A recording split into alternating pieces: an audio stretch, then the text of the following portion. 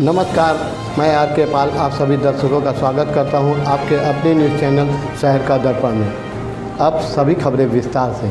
जहां प्रदेश के मुख्यमंत्री योगी आदित्यनाथ लगातार अपराध पर लगाम लगाने के लिए अधिकारियों को चेतावनी दिया करते हैं कि कोई भी पीड़ित के साथ नाइंसाफी न हो, लेकिन राजधानी लखनऊ का हाल कुछ अलग ही नजर आ रहा है। जहां एक पीड़ित किसान न्याय के लिए अधिकारियों के चक्कर लगा रहा है, लेकिन ऊंची रसूख के चलते पीड़ित हर जगह से निराश होकर आज मीडिया के माध्यम से न्याय की गुहार लगाई। आपको बता दें, किसान की सालों की मेहनत से खरीदी गई जमीन पर रसूखदारों का कब्जा और पुलिस की मिलीभगत का मामला सामने आया है। लखनऊ के मऊकला इलाके के किसान आलोक ने आरोप लगाया कि यूपी स्टेट जीएसटी के additional deputy commissioner Harendra Pratap Singh के पिता रुद्रपाल सिंह ने फर्जी रजिस्ट्री के जरिए उनकी खाली जमीन गाटा संख्या 223 पर बुलडोजर चढ़ा दिया। आलोक का कहना है कि उनकी रजिस्ट्री पूरी तरह वैध है, लेकिन रुद्रपाल सिंह ने निलंबित पूर्व लेखपाल अखिलेश की मदद से गलत चौहद्दी वाली फर्जी रजिस्ट्री बनाए और असली प्लॉट न मिलने पर आलोक की बगल वाली जमीन पर जबरन कब्जे की कोशिश। विवाद बढ़ने पर सुशांत गोल्फ सिटी थाने की पुलिस पहुंची, लेकिन किसान की बजाय आलोक पर ही मुकदमा दर्ज कर दिया। सिविल कोर्ट ने जमीन पर छेड़छाड़ रोकने का स्पष्ट स्टे ऑर्डर दिया था, मगर पुलिस ने इसे नजरअंदाज कर हरेंद्र सिंह के रसूख के आगे झुकते हुए प्लाट पर पैक तैनात कर दिया। आलोक का दावा है कि निजी जमीन विवाद में पैक का इस्तेमाल पहली बार हुआ है। आज भी पैक जमीन पर काबिज है और डर के मारे आलोक फरार है। आलोक का आरोप है कि यह मामला यूपी जीएसटी विभाग में चल रहे 200 करोड़ के बेनामी जमीन घोटाले का हिस्सा है,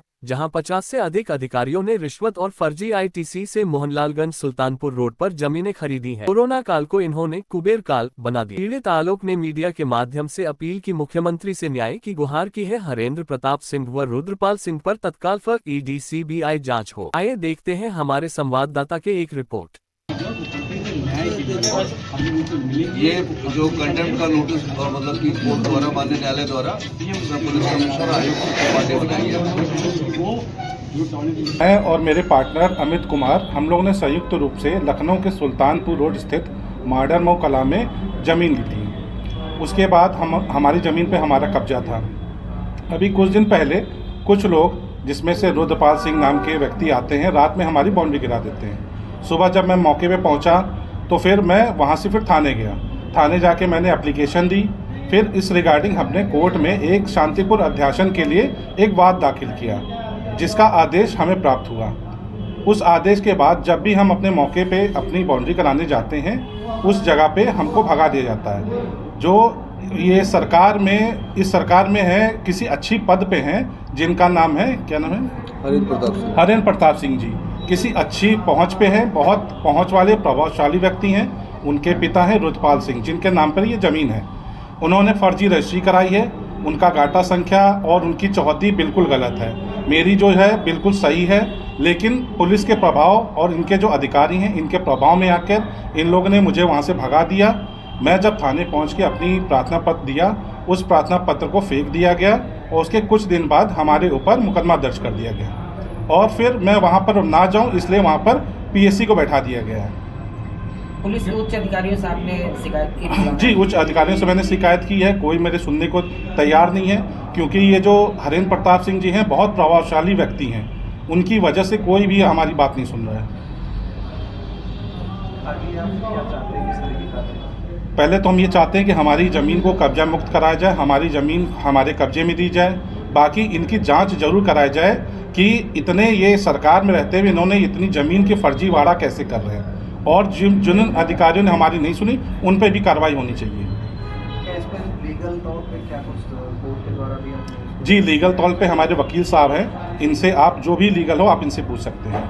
जो गाटा संख्या 223 स्थित मॉडर्न मऊ कला में भूखंड जो वो खरीदा था, खरीदने के साथ इन्होंने कब्जा लिया था। कब्जा लेने के बाद ये रुद्रपाल सिंह और इनके द्वारा जो और अन्य लोग हैं वो कंटिन्यू आके बाउंड्री तोड़ रहे थे और मतलब इनको डिस्टर्ब कर रहे थे, जिसमें फिर ये माननीय न्यायालय गए, जिसमें civil division senior division Mohanlalganj में इनको आदेश न्यायालय से प्राप्त हुआ, जिसके तहत इनके शांतिपूर्ण अध्यासन में विपक्षी रुद्रपाल सिंह उनका एजेंट है, कोई भी व्यक्ति किसी प्रकार से कोई दखल ना दे। लेकिन उसके बाद भी वो लोग लगातार जो है एक राय हो के जो लोकल गूंस हैं और जो हरेंद्र प्रताप सिंह जैसा इन्होंने बताया कि वो अपने प्रभाव का दुरुपयोग, पद का दुरुपयोग करते हुए पुलिस को इन्फ्लुएंस करके वहाँ पे पुलिस द्वारा भी इनके काम को रोका जा रहा है। बल्कि न्यायालय का स्पष्ट आदेश है, जिसके संदर्भ में न्यायालय द्वारा कंटेम्प्ट का आदेश माननीय कमिश्नर साहब को, जॉइंट कमिश्नर साहब को, डीसीपी महोदय को, एसीपी को, एसएचओ को, चौकी इंचार्ज को तीनों को कंटेम्प्ट का नोटिस और रुद्रपाल को भी कोर्ट द्वारा कंटेम्प्ट का नोटिस दिया गया।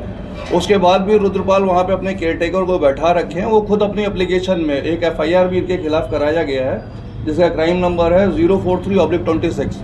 रुद्रपाल सिंह ये कहते हुए कि मैंने अपना केयरटेकर उस ज़मीन पे भूखंड में बैठा रखा था और उसको इन लोगों ने आके वहाँ से हटा दिया। जब न्यायालय का स्पष्ट आदेश है कि ये इनका कोई भी व्यक्ति उस भूखंड पे इनके आलोक चंद्रा जो वादी हैं इनके शांतिपूर्ण अध्यासन में दखल ना दे, उसके बाद भी वो केयरटेकर बैठा रखे और पुलिस कंटेम्प्ट पुलिस को नोटिस जा चुका है। उसके बाद भी पुलिस उल्टा इनके ऊपर ही मुकदमा लिख दे रही है। इनकी जो चौहद्दी है, इन्होंने जब रजिस्ट्री का क्रय किया था अमित के साथ में सम्मिलित रूप से, तो इन्होंने कब्जा भी लिया था।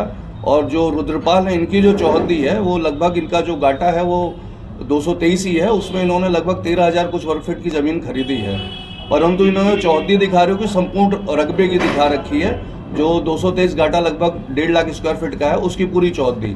तो ये करते क्या है, कोई भी उस 223 में क्रय विक्रय करता है तो वो चौहद्दी इन्होंने पूरी जो है दोषपूर्ण लगा रखी है।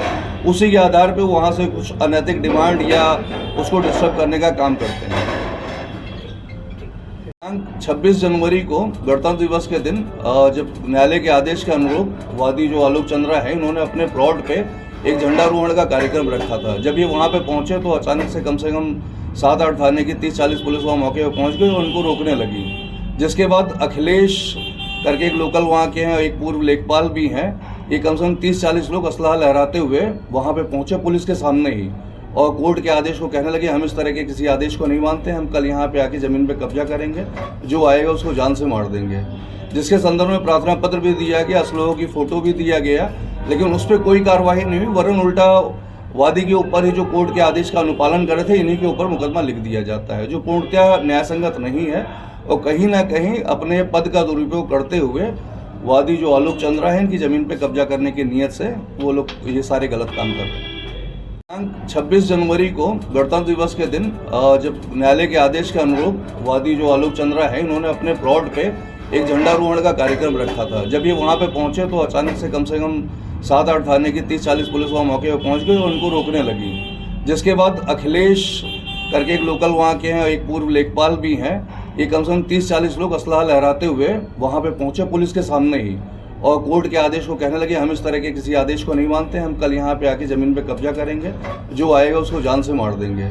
जिसके संदर्भ में प्रार्थना पत्र भी दिया गया, असलहों की फ़ोटो भी दिया गया, लेकिन उस पर कोई कार्रवाई नहीं हुई। वरन उल्टा वादी के ऊपर ही जो कोर्ट के आदेश का अनुपालन करे थे, इन्हीं के ऊपर मुकदमा लिख दिया जाता है, जो पूर्णतः न्यायसंगत नहीं है। और कहीं ना कहीं अपने पद का दुरुपयोग करते हुए वादी जो आलोक चंद्रा है, इनकी ज़मीन पे कब्जा करने की नीयत से वो लोग ये सारे गलत काम कर रहे हैं। मत होइए कंफ्यूज, देखते रहिए शहर का दर्पण न्यूज़, क्योंकि खबरों की नब्ज पहचानते हैं हम। फिर अगले बुलेटिन में मुलाकात होगी, तब तक के लिए नमस्कार।